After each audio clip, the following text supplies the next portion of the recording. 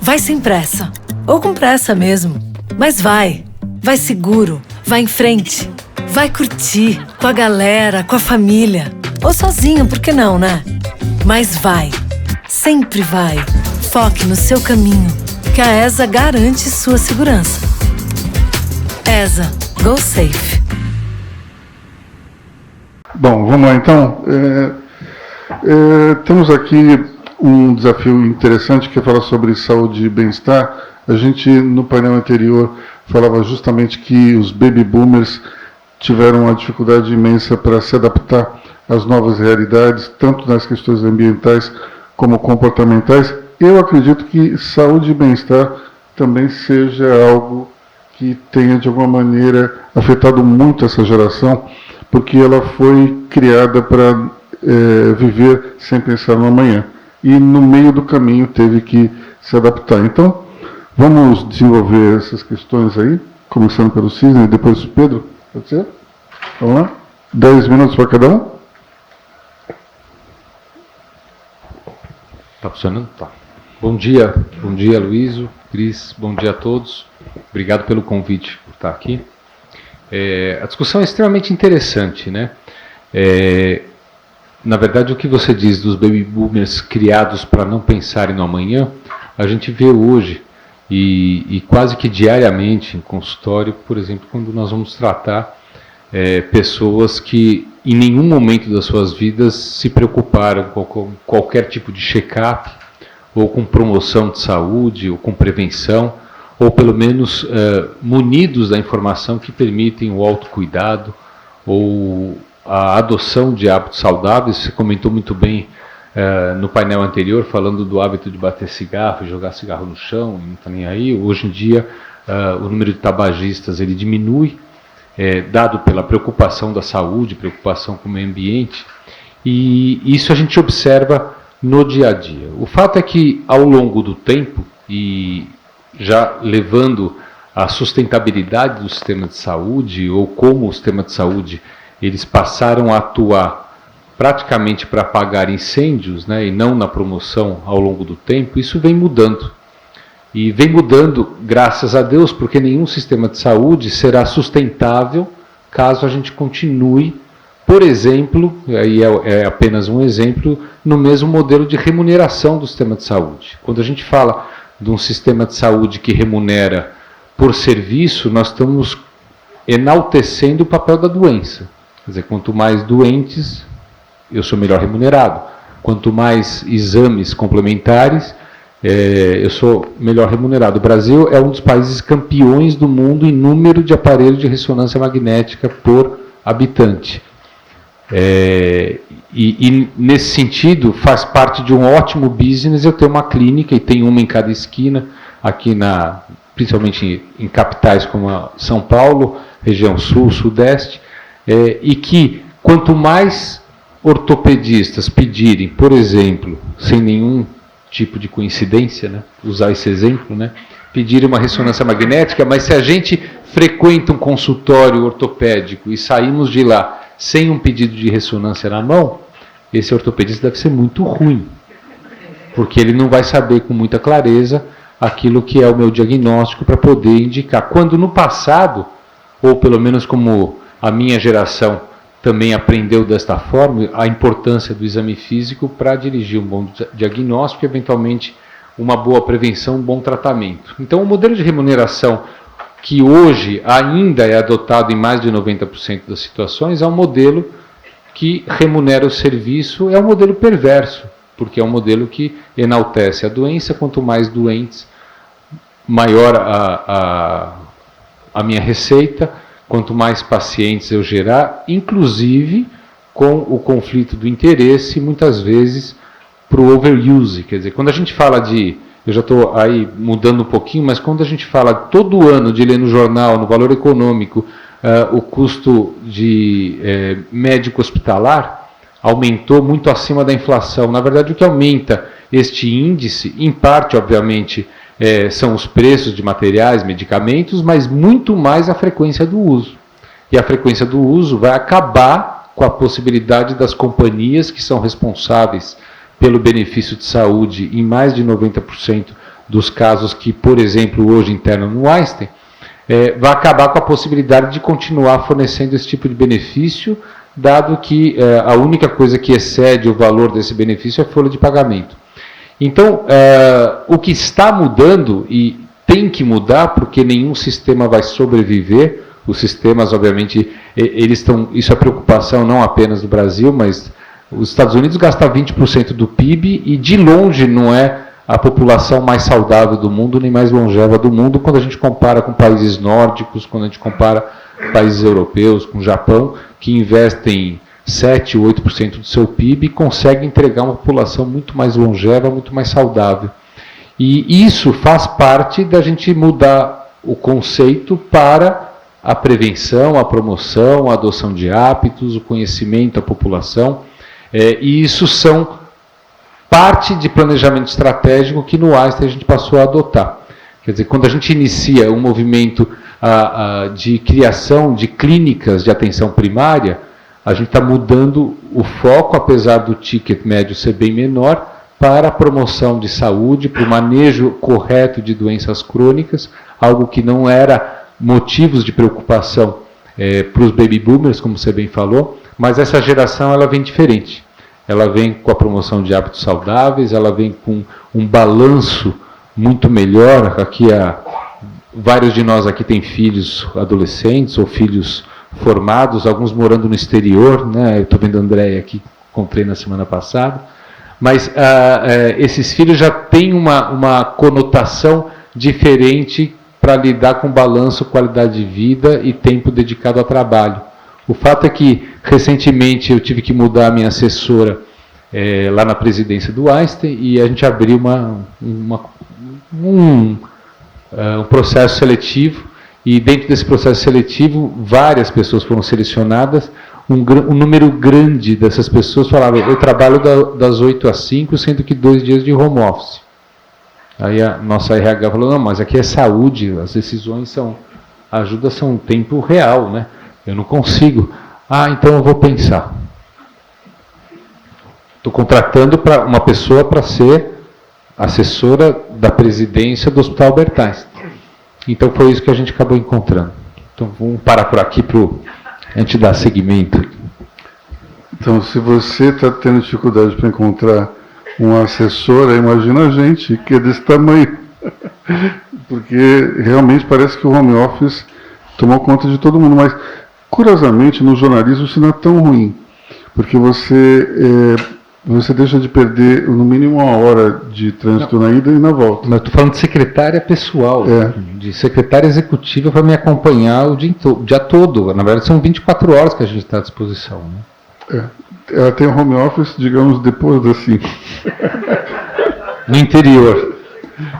Bom, meu caro Pedro, vamos lá?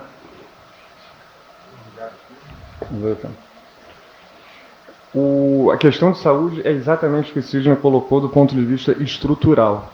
Ou seja, a abordagem mudou. Não é mais uma abordagem de cura da doença, e sim uma abordagem de fomento à saúde. Isso são basicamente 2 questões estruturais. Uma delas é uma questão financeira, propriamente dita, um desabastecimento em relação à cadeia produtiva, no que tange saúde. Por exemplo, saúde abrange 9% do PIB, a gente tem uma correlação de médicos para a população de 2,2 médicos a cada 1.000 habitantes, tá certo? Um modelo de saúde suplementar muito difícil em relação a ajustes, em relação a controles de gastos, em relação até uma própria questão de incentivos perversos dentro do ecossistema, desde a fonte pagadora até o usuário final. Então, da maneira que está fomentando apenas o tratamento da doença em si e não uma promoção da saúde, de fato essa conta vai ficar cada vez mais exorbitante. Saúde ocupava, quando a gente vai para o meio privado, né, o meio das empresas, tanto PMEs quanto grandes empresas, ocupava há 10 anos atrás 6% dos gastos com o pessoal, hoje ocupa mais de 20%, 25%. Então a gente tem até uma razão financeira para promover a saúde e não o tratamento da doença em si. E uma das questões que eu vejo até aqui no meu micromundo de Aliar. Aliar hoje é a 4ª maior rede de diagnósticos do Brasil, a 2ª maior de diagnósticos por imagem, e eu vejo aqui, fechando o orçamento da companhia para 2023, o nosso maior gasto não vai ser com equipamentos. O nosso maior gasto vai ser com squads para tratamento de dados. Então a gente, de fato, acredita que a questão da recorrência, a questão de entender o paciente, a questão de promover a saúde é muito mais assertivo, tanto em relação a retorno financeiro, quanto uma relação de tendência, especificamente, do que a gente fomentar gastos spot, esse fee for service, como o Sidney comentou, que é hoje a questão que a gente tem o maior desembolso dentro do sistema de saúde. E é muito curioso, o ecossistema está se encontrando. Você antes tinha uma questão das fontes pagadoras rivalizando totalmente com o usuário final, e hoje o que a gente faz é parceria. Eu não quero mais aumentar a sinistralidade, eu não quero mais aumentar a inflação médica.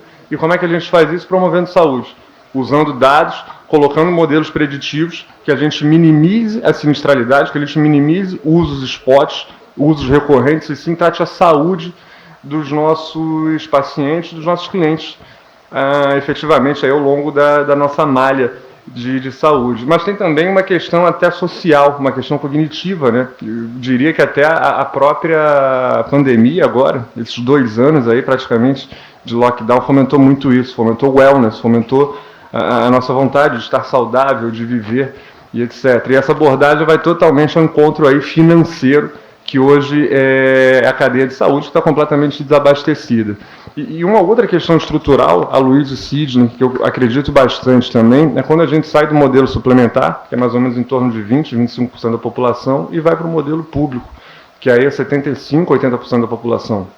No Brasil, hoje, 9% do PIB é comprometido com saúde. Quando a gente vai para países desenvolvidos, Estados Unidos ao redor de 18%, União Europeia ao redor de 15%, e eu vejo que antes dessa abordagem de fomentar a saúde, não de tratar a doença, vem também uma questão estrutural de gestão de saúde pública, de gestão de recursos públicos. E muito convencido de que o futuro disso são parcerias público-privadas. Essa conta é cada vez mais exorbitante, enquanto a gente não abrir a cabeça e, de fato, fomentar PPPs no sentido da saúde, já com toda a escala que o setor privado tem, com todo o bom uso que o setor privado tem, isso, de fato, a gente tem muita crença. Aqui no Grupo Aliar, por exemplo, a gente tem uma PPP maravilhosa com o Estado da Bahia, são 11 unidades de diagnósticos. Pelo incrível que pareça, o nosso maior NPS dentro do grupo, ou seja, o nosso maior nível de satisfação, e a gente tem todos os apontamentos que a gente consegue oferecer um produto que, se fosse oferecido via nos moldes públicos, seria em torno de 70% maior em relação a gastos da União, gastos do Estado, da Bahia, por exemplo. Então, saindo um pouco dessa abordagem, que é a abordagem mais atual possível, de fomentar saúde, não de tratar doença, antes, do ponto de vista estrutural, de fato, muita crença que o futuro da saúde massificado é PPPs, são parcerias público-privadas também. Esse é um caminho muito interessante. Aqui em São Paulo a gente tem bastante disso também, especialmente na área de diagnósticos radiológicos, e é muito interessante você ver que o custo do setor privado prestando serviços para o público é muito menor do que o público tomando conta. E é o contrário da percepção, porque geralmente as pessoas acham que se alguma empresa privada vai prestar serviço, vai cobrar mais, mas não é bem o que acontece, pelo menos nesse mercado. Sidney, você comentou que o sistema, os médicos e as clínicas veem uma fórmula que acaba aumentando o custo porque o serviço é recompensado. Mas tem também que mudar, talvez, a mentalidade do usuário, não tem? Porque muitas vezes o usuário ele acha que aquele plano ele digamos, para ser utilizado e começa a fazer exames, ou pede exames exagerados. Isso não acontece também? Não. Totalmente. Quando eu falei a respeito da necessidade da informação, do empoderamento do cidadão, da informação correta em saúde, é sobre isso que a gente está falando, né? A história do ortopedista que é ruim porque não pede a ressonância, mas como ele pediu só uma, já passou 2 meses de físio, deixa eu ver como é que tá, então vamos fazer outra, né? E é isso que acaba acontecendo. E, assim, organizações que querem participar e ser protagonista de um modelo de transformação nesse sentido, obrigatoriamente tem que sair com a correta informação de saúde. E não é raro a gente entrar com uma pesquisa de um verbete, por exemplo, em ferramentas de busca, e o que a gente tem é uma lista de sites orgânicos vendendo o serviço. Então a informação correta de saúde ela pode ser levada de várias formas. Um evento como esse. Nós no Einstein, de novo, talvez o grande laboratório e catalisador de tudo que a gente deveria fazer foi a pandemia. Quer dizer, no momento zero da pandemia, o diagnóstico foi feito dia 25 de fevereiro do primeiro caso de Covid.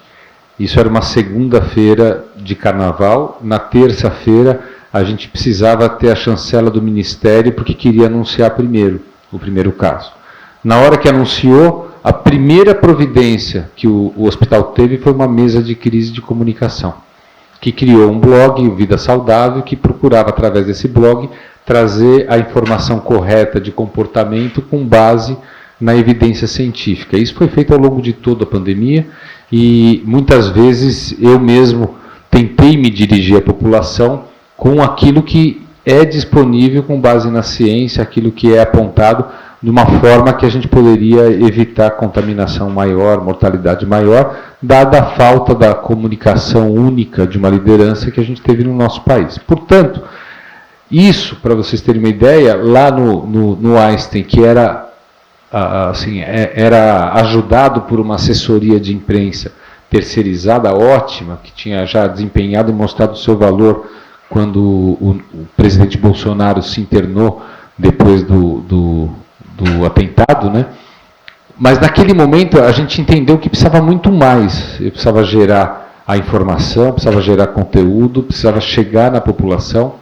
E no final de 2020 foi que nós entendemos que não basta uma assessoria de imprensa e a gente precisava ter uma diretoria executiva de comunicação forte, robusta, que responde direto aí parcialmente a mim e ao nosso CEO. Fomos buscar esses profissionais que alguns já tinham passado pelo Einstein, uma diretora de comunicação, aí trouxe um time que virou uma agência de notícias, geração de conteúdo, academia digital de saúde, e isso está sendo utilizado por veículos de mídia como uma correta informação. Claro, tem que haver uma reputação para isso. Quando a gente hoje vai procurar uma informação leiga de saúde, para uma cirurgia, por exemplo, você confia onde? Site da Harvard, site da Mayo Clinic, da Cleveland Clinic. E no Einstein a gente está procurando fazer tudo isso do ponto de vista de comunicação, porque nós entendemos que essa é uma peça fundamental se a sustentabilidade do sistema de saúde depender do comportamento. A gente costuma falar que o portador de uma carteirinha de convênio é um trem desgovernado, porque ele vai usar. E a gente vê no consultório todos os dias. Eu tenho o privilégio de fazer uma atividade de gestão e também de atuar como médico no consultório, com cirurgias. E eu vejo todo dia, doutor, pede o máximo de coisa que o convênio paga. Aí qual a primeira informação que eu tenho que falar? O convênio paga, mas quem vai pagar o seu convênio é a sua companhia, que o ano que vem vai ter um reajuste por aumento da sinistralidade e certamente ou você vai participar com um copagamento um pouco maior, ou você vai perder o acesso a mim aqui, porque eles vão diminuir o seu plano, a categoria do seu plano. Então essa informação também tem que ser dada, porque a nossa população faz parte dessa sustentabilidade. Pedro, você falou em preditividade. Eu queria saber como é que o Data Analytics ele pode ajudar, então, nesse processo de redução de custos, melhoria de serviços. Perfeito, Luiz. Assiduidade, sem dúvida alguma. Tá? A gente conseguir ter uma triagem dos nossos pacientes de tal maneira como tem sido essa assiduidade, essa recorrência em relação a demanda de exames, demanda de prescrições e etc. Isso a gente consegue inúmeros modelos preditivos, tá? A gente vai dos modelos preditivos mais básicos, por exemplo, um grande custo que a gente tem na companhia hoje é a questão do no-show. Ou seja, o sujeito que agenda, e a partir desse agendamento a gente prepara toda a estrutura, desde médicos, biomédicos, até ociosidades de equipamentos nossos para atender esse determinado paciente. E aparece que ele não vai. E essa questão do no-show tem desde uma questão de falta de conteúdo, falta de preparo por parte do paciente, que era o que o Sidney estava falando, que eles têm fomentado muito essa questão de conteúdo no lato sensu, tá? Desde o conteúdo do que de fato a gente oferece em termos de exames, até o preparo para os mesmos. Então a gente usa essa questão de DEIRA, desde previsibilidade para o no-show, de acordo com o perfil do sujeito, de acordo até com a localização, geolocalização do sujeito, e uma questão também de saúde. Efetivamente, recorrência de exames que ele faz, perfil das prescrições que ele faz. Então, nisso, por exemplo, a gente, até 3 anos atrás, o nosso line-up de produtos era basicamente diagnósticos de imagens e análises clínicas. Hoje a gente está inserindo a parte de genômica também, a parte de vacina.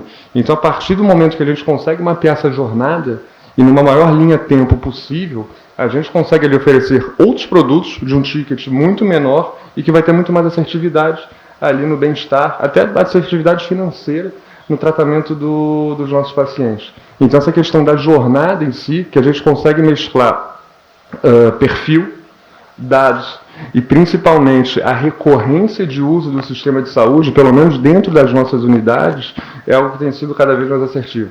E muito engajado, tanto com a comunidade médica prescritora, propriamente dito, que são nossos stakeholders principais, quanto principalmente também com as operadoras de saúde.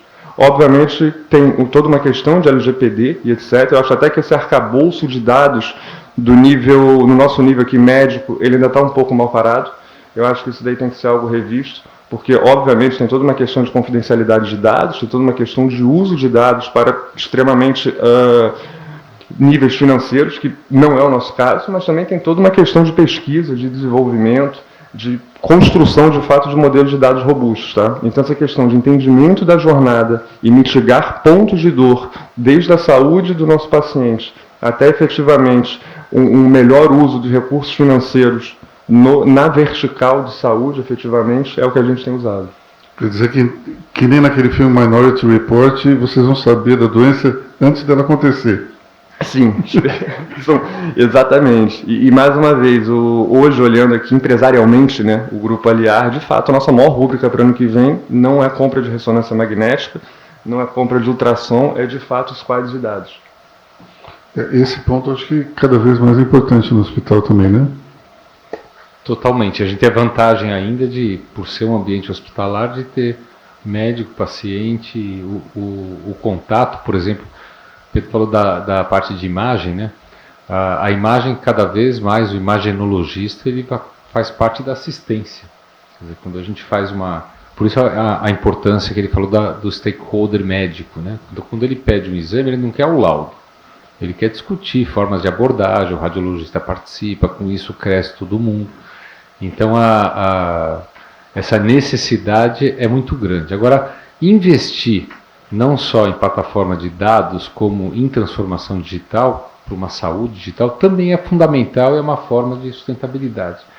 Quando a gente fala, por exemplo, da assiduidade, né, o exemplo que a gente tem no Einstein, quando a gente passou, e eu acho que vários de vocês aqui utilizam o hospital, quando a gente passou a confirmação no WhatsApp, que é talvez no Brasil o que é mais utilizado, a ociosidade dos equipamentos caiu demais, porque a gente consegue confirmar a presença, consegue ter um sistema de gerenciamento baseado em história, que consegue fazer este acompanhamento e também predição. Nossa diretoria de Big Data conseguiu, através de informação de saúde, ajudar governos com a predição de casos de Covid. A gente sabia, mais ou menos no final de março, que se não houvesse lockdown, dia 15 de abril, o sistema de saúde do Estado de São Paulo estaria totalmente utilizado. Todos os leitos de UTI estariam utilizados. Isso é predição. E o fomento a esse banco de dados, né, através da utilização, ele acaba nos ajudando a criar, por exemplo, algoritmos de inteligência artificial que permitem uma gestão melhor e principalmente uma experiência melhor. Hoje, o indivíduo que chegar no pronto atendimento e começa a sua triagem, onde vão ser medidos sinais vitais, pressão, temperatura, o início de uma queixa, e logo depois ele começa a consulta e o médico passa a, de novo, adicionar dados em prontuário, em 20 minutos em que isso acontece e exames são solicitados, a gente sabe com uma acurácia de perto de 90% se esse paciente vai se internar ou não. Como? Com a base histórica, com o algoritmo de inteligência artificial, conforme os exames pedidos, conforme a forma que ele chegou, conforme a epidemiologia. Com isso, um leito é bloqueado para que, se a chance de internar é muito alta, para que ele não tenha que esperar pedido de internação, preparo do leito, etc. Mas, o paciente que está internado no lugar correto para aquele diagnóstico, ele fica 13% menos tempo internado, lá no Einstein. Então eu consigo ter um giro de leito maior e um menor tempo de permanência. Isso gera leitos virtualmente por conta de eficiência. Então o emprego dessas soluções digitais, da mesma forma tem um outro algoritmo de agendamento cirúrgico, onde a inteligência artificial conhece cada cirurgião, quanto tempo ele leva para cada cirurgia, qual equipamento ele utiliza, evita conflito por mesmo equipamento e consegue, por exemplo, se um cirurgião atrasa ou a cirurgia atrasa, ele consegue readequar a utilização da sala. O emprego desse algoritmo gerou 3 a 4 agendamentos a mais por dia no hospital, sem construir novas salas cirúrgicas. Por quê? Porque a gente vai acabando com a ociosidade. Então, isso que foi falado aqui é muito importante. A gente tem tecnologia hoje suficiente, na verdade a saúde é aprendiz de todos os outros setores de economia, de varejo, por exemplo, em relação ao uso de inteligência artificial, mas é fundamental para que a gente evite desperdício em saúde. Fabuloso, especialmente porque a gente não tem a menor ideia, como usuário, de toda a inteligência que está por trás de tudo isso. Eu queria agradecer muito a presença, então, do Pedro Thompson, do Sidney Klarsner. Muito obrigado, uma salva de palmas para ele.